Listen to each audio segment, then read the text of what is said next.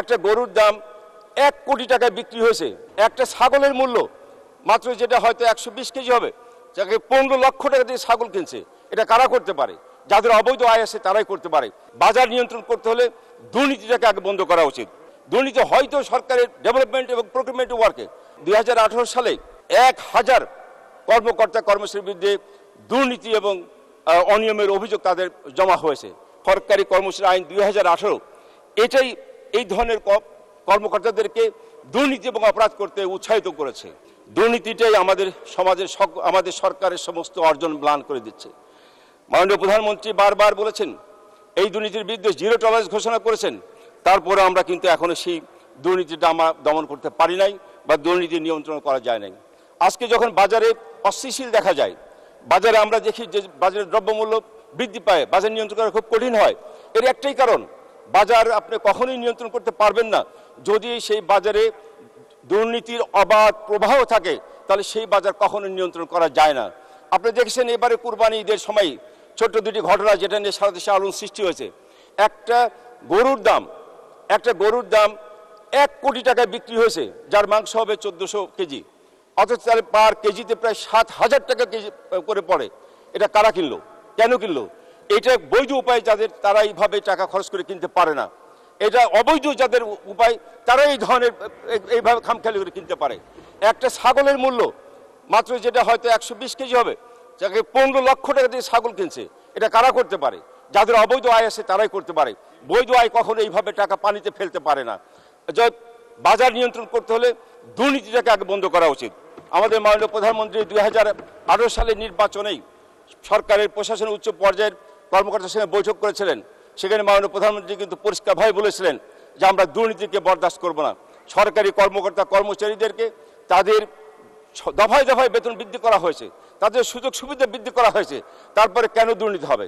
আজকে যখন দুর্নীতির কথা ওঠে, প্রথম দিয়েই সকলের দিকে আঙ্গুল তুলে তাকায় রাজনীতিবিদদের দিকে, যে রাজনীতিবিদরা দুর্নীতির সঙ্গে জড়িত। এটাই আমাদের দেশে প্রচলন আছে। অথচ রাজনীতিবিদ যারা এখানে সংসদ সদস্য আছেন, মানে স্পিকার, একমাত্র মন্ত্রী ছাড়া আর কোনো সংসদ সদস্যদের কোনো এক্সিকিউটিভ পাওয়ারই নাই, তাদের সিক্রেটারি অথরিটি নাই। তারা কিভাবে দুর্নীতি করবে? দুর্নীতি হয়তো সরকারের ডেভেলপমেন্ট এবং প্রকিউরমেন্ট ওয়ার্কে, তো সেখানে একজন রাজনীতিবিদের সুযোগ কোথায় দুর্নীতি করার, যদি সরকারি কর্মকর্তারা তার সঙ্গে জড়িত না থাকে? আমরা সেই কারণে আমরা বলতে চাই যে আপনি দেখুন 2018 সালে আমাদের জনপ্রশাসন মন্ত্রণালয়ের এক তথ্য এসেছে, ওখানে প্রায় 1000 কর্মকর্তা কর্মচারীর বিরুদ্ধে দুর্নীতি এবং অনিয়মের অভিযোগ তাদের জমা হয়েছে। কি পরিমাণ এটা তো অভিযোগ জমা হয়েছে, এরকম হাজার হাজার মতুর এখন যারা দুর্নীতির অভিযুক্ত এরকম আছে। আমাদের ধারণা ছিল মাননীয় প্রধানমন্ত্রী স্বাধীনতার পর থেকে এই যাবৎকালের মধ্যে সবচেয়ে বেশি আমাদের সরকারি কর্মকর্তাদের মধ্যে সুযোগ সুবিধা দিয়েছেন। দফায় দফায় বেতন বৃদ্ধি, ভাতা বৃদ্ধি করা হয়েছে, কিন্তু তারপরে দুর্নীতি আমাদের কমানো সম্ভব হয় নাই। আমরা দুর্নীতি বিধিবিধানকে বরং আরও নমনীয় শিথিল করা হয়েছে। উদাহরণ হিসেবে বলা যেতে পারে সরকারি কর্মচারী শৃঙ্খলা আপিল, যেটা 2018 সাল এবং সরকারি চাকরি আইনের উল্লেখ করা যায়। এটার কারণেই আমরা বর্তমানে বিধিমালার দুর্নীতি কর্মচারীদেরকে চাকরিতে বহাল রাখার সুযোগে কেবল রাখা হয়নি, বরঞ্চ পদোন্নতি প্রদান এবং সসম্মানে অবসর যাওয়া, পেনশন সুবিধা দিয়ে পাওয়ারও সুযোগ এখানে রাখা হয়েছে। এমনকি বিধিমালায় দুর্নীতির পুনরাবৃত্তি, অর্থাৎ একাধিকবার দুর্নীতি করার সুযোগ রাখা হয়েছে। মাননীয় সদস্য 2 মিনিট। জি, সরকারি ঘুষ গ্রহণের প্রবণতা বৃদ্ধি হওয়া সত্ত্বেও ঘুষ গ্রহণের এই বিধিমালাকে দুর্নীতির সংজ্ঞাভুক্ত করা হয়নি। এছাড়া দণ্ডের বিধানের ক্ষেত্রে বৈষম্য আছে। আপনি লক্ষ্য করবেন মাননীয় স্পিকার, কর্মরত ক্যাডার কর্মচারী দুর্নীতি প্রমাণিত হওয়ার পরও নামমাত্র দণ্ড দিয়ে তাকে চাকরিতে বহাল রাখার সুযোগ আছে। অপরদিকে নন ক্যাডার কর্মচারী দুর্নীতি প্রমাণিত হলে তাকে চাকরিতে বহাল রাখার আর কোনো সুযোগ থাকছে না। অথচ আমাদের পার্শ্ববর্তী রাষ্ট্র ভারতে ওখানে যদি দুর্নীতির অভিযুক্ত হয়, প্রমাণিত হয়, তাহলে বাধ্যতামূলক অবসর প্রদান এবং পেনশন প্রদানের কোনো সুযোগ রাখা হয় নাই। আমরা আবার সরকারি দায়িত্ব পালন করতে গিয়ে আমরা দেখি জাতীয় পর্যায়ে একজন জনপ্রতিনিধির বিরুদ্ধে ফৌজদারি যদি মামলা হয়, তাকে গ্রেপ্তারের জন্য কারো পারমিশন লাগে না। অথচ একজন সরকারি কর্মকর্তা কর্মচারী একই ধরনের যদি অভিযোগে তার বিরুদ্ধে মামলা হয়, তাকে গ্রেপ্তার করতে হলে তার ঊর্ধ্বতন কর্তৃপক্ষের পূর্বানুমোদন লাগবে।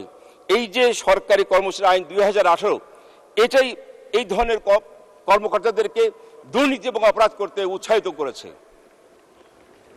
কোনো সরকারি কর্মচারী ফৌজদারি অপরাধের শাস্তি 1 বছরের কম হলে তিনি চাকরি থেকে বরখাস্ত হবেন না, তাকে তিরস্কার, পদোন্নতি স্থগিত, পদোন্নতি এবং জাতীয় বিভাগীয় ব্যবস্থার বিধান রাখা হয়েছে, যা সুশাসনের সহায়ক বিধান নয়।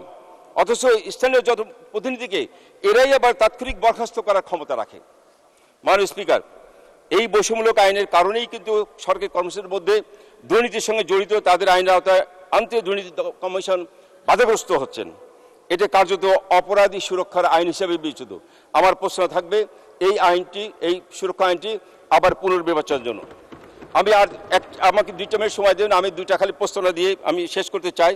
এই দুর্নীতি দমন করতে হলে আমাকে প্রথমে ভোগের রাস্তা বন্ধ করতে হবে।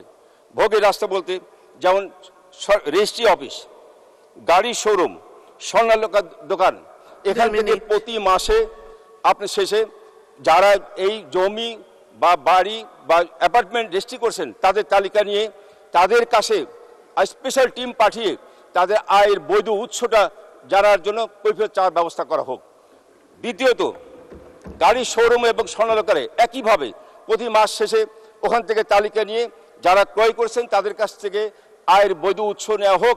আমার বিশ্বাস তাহলে পারে এই অবৈধ আয়কারীরা এইভাবে ক্রয় করার সুযোগ পাবে না, তাদের ভোগ বিলাসে বন্ধ হয়ে যাবে। দ্বিতীয় আর প্রস্তাব হচ্ছে চাকরিতে নিয়োগের সময় হলফনামা দিতে হবে। এটা আমাদের এই সরকারি আইন ছিল, কিন্তু সরকারি কর্মকর্তা কর্মচারীকে হলফনামা দেন নাই। একজন রাজনীতিবিদ নির্বাচনের সময় তাকে হলফনামা দিতে হয়, তার সমস্ত সম্পত্তির বিবরণ দিতে হয়, কিন্তু সরকারি কর্মকর্তাকে হলফনামা দিতে হয় না।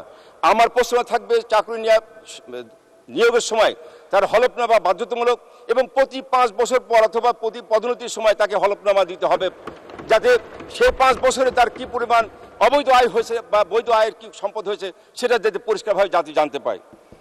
তৃতীয়ত, আমি আরেকটা প্রস্তাব রাখতে চাই, সেটা হলো যে স্কুল শিক্ষা কারিকুলামে এই সরকারি চাকরিজীবীদের বেতনের স্কেলটা পাঠ্যক্রমে অন্তর্ভুক্ত করা হোক, যাতে আমাদের প্রজন্মরা জানতে পারে তার বাবা, তার ভাই বা তার আত্মীয় সরকারি চাকরি করে কত টাকা বেতন পান এবং সে কি খরচ করছে।